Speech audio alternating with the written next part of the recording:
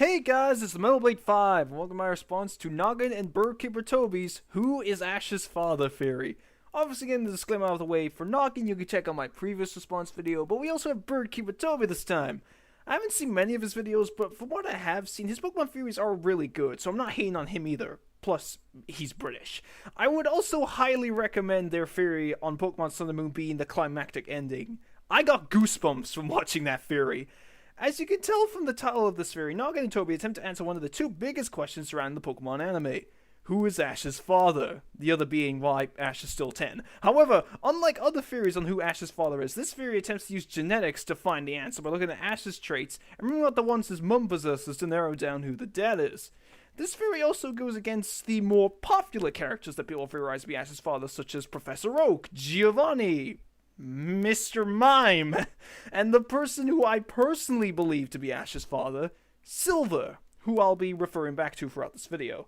So getting to the start of this theory, Gnoggin points out how the only mention of Ash's father in the entire anime is in the second episode where Ash's mum briefly mentions him. This plays a big role in the theory, as Toby explains that when studying Ash's traits, he uses the version of Ash from the early seasons of the anime.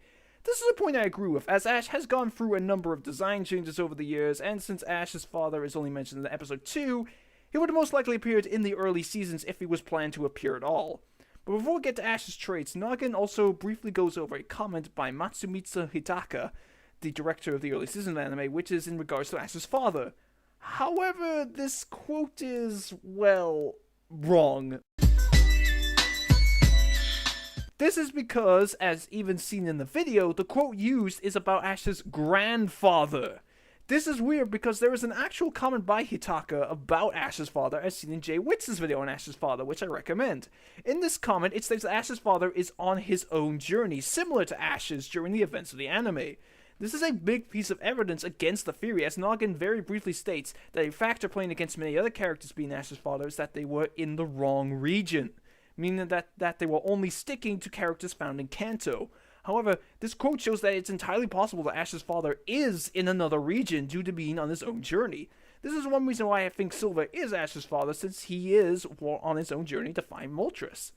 So now getting to Ash's traits, using the early seasons version of Ash and removing the traits that align with Ash's mum, we find that Ash's dad must possess black hair, black eyes, unattached earlobes, and spiky hair. So with that— wait a minute! Spiky hair is a genetic trait? Apparently hairstyles are a part of our genes and not a result of a comb or hair gel. Anyway, so with that presented, this is supposed to show that Silver can't be Ash's father since he even had silver hair when he was a kid. However, I have two arguments against this. One is that Silver's hair when he was a kid is much darker when he's older, and it even looks a little black. This means that Silver's darker hair could still possibly appear as a black hair gene. Secondly, is that this is anime, and in anime, hair color doesn't mean a goddamn thing in terms of genetics. I've seen plenty of anime characters whose hair colors do not match up with their parents. And before you mention that I can't use anime logic since this is using real-life genetics, in the comments someone commented on the use of spiky hair as a genetic trait, in which Gnoggin replied saying, "The world of anime is a strange one." So since Gnoggin is using anime logic as evidence, that means I can use anime logic to counter arguments as well. So, after trying to make it seem like Professor Oak is Ash's father for some reason, even though they already said that it wasn't him before, we reach the character who Gnoggin and Toby believe to be Ash's father, Bruno. So looking back at the genetic traits that Ash's father needs to have, we do see that Bruno does possess all of these traits. I don't really have a counter-argument against this, aside from it possibly just being a coincidence, since Bruno really does match up with the needed traits. However, Toby also presents that there are elements to the plot of the anime. For example, Bruno is technically the first character you see in the anime, as he appears at the beginning of the first episode as a silhouette. Gnoggin suggests that this is supposed to act as a secondary meaning, as Ash is watching his father on TV, which still counts as looking up to him, as well as the fact that, like a silhouette, he was always meant to be shrouded in mystery. I get where they're going with this, but Bruno's appearance could merely just be to show a Pokemon battle. This is because that whole fight scene is supposed to recreate the Gengar vs. Nidorino battle in the opening scene of Pokemon Red. Plus, in a number of the Pokemon movies, they have characters from the games battling in the World of Pokemon segment that they do at the beginning of every movie, when there's no reason for those specific characters to appear, so Bruno could just be fulfilling a similar purpose. Also, again, going back to Silver, another reason why I believe he is Ash's father is somewhat similar to the whole silhouette thing. The episode of Pokemon Chronicles that Silver appears in is titled The Search for the Legend. Now, the legend mentioned is referring to Moltres. However, I also saw this as potentially having a second meaning. The search for the legend, that is, Ash's father. Getting back to Bruno, Toby also mentions that Bruno also shares characteristic traits with Ash, being a goofy attitude, possessing a love of food, and caring so deeply for Pokemon. The goofiness and love of food I can agree with, but caring for Pokemon is a characteristic that almost every single character in the anime has, even Team Rocket. It's something that's kind of crammed down our throats in the anime. Even Silver deeply cares for Pokemon. And speaking of Silver, once again, Silver's character is another reason why I think he's Ash's father. Not only does Silver care for Pokemon, but he has a very impatient attitude like Ash, but his Pokemon also reflect Ash's. The two Pokemon belonging to Silver that we see are a Chikorita, which is always out of its Pokeball and sits on his shoulder, which is exactly the same as Pikachu, and he has a Salamence, which is a big dragon Pokemon, similar to Ash's Charizard, which is his second most iconic Pokemon. And yes, I know Charizard isn't a dragon type, I'm just saying in terms of anatomy, they're dragons. Toby also states that Bruno doesn't recognize Ash since it's been so long. This does match up with a novelized version of the anime written by one of the writers, I can't remember his name right now, where it stated that Ash's father left shortly after he was born, but this novel isn't canon as there are some differences. However, I still do agree with the idea of Ash's father not recognizing him based on his appearance. However, there is one other thing about Ash that can still be used to recognize him. His name.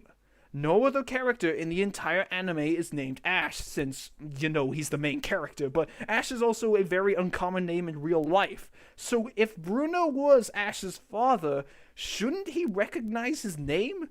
I mean, throughout the anime, Ash and his respective companions for that region introduce themselves one by one, so Bruno would know Ash's name. Again, going back to Silver, this is the biggest reason why I think he's Ash's father. As everybody talks about Silver possibly being Ash's father brings up this particular moment. It's just like this friend of mine, a Pokemon trainer named Ash. Ash? Silver clearly recognizes Ash's name and is even shocked when he hears it, despite never meeting Ash at all. I wonder why.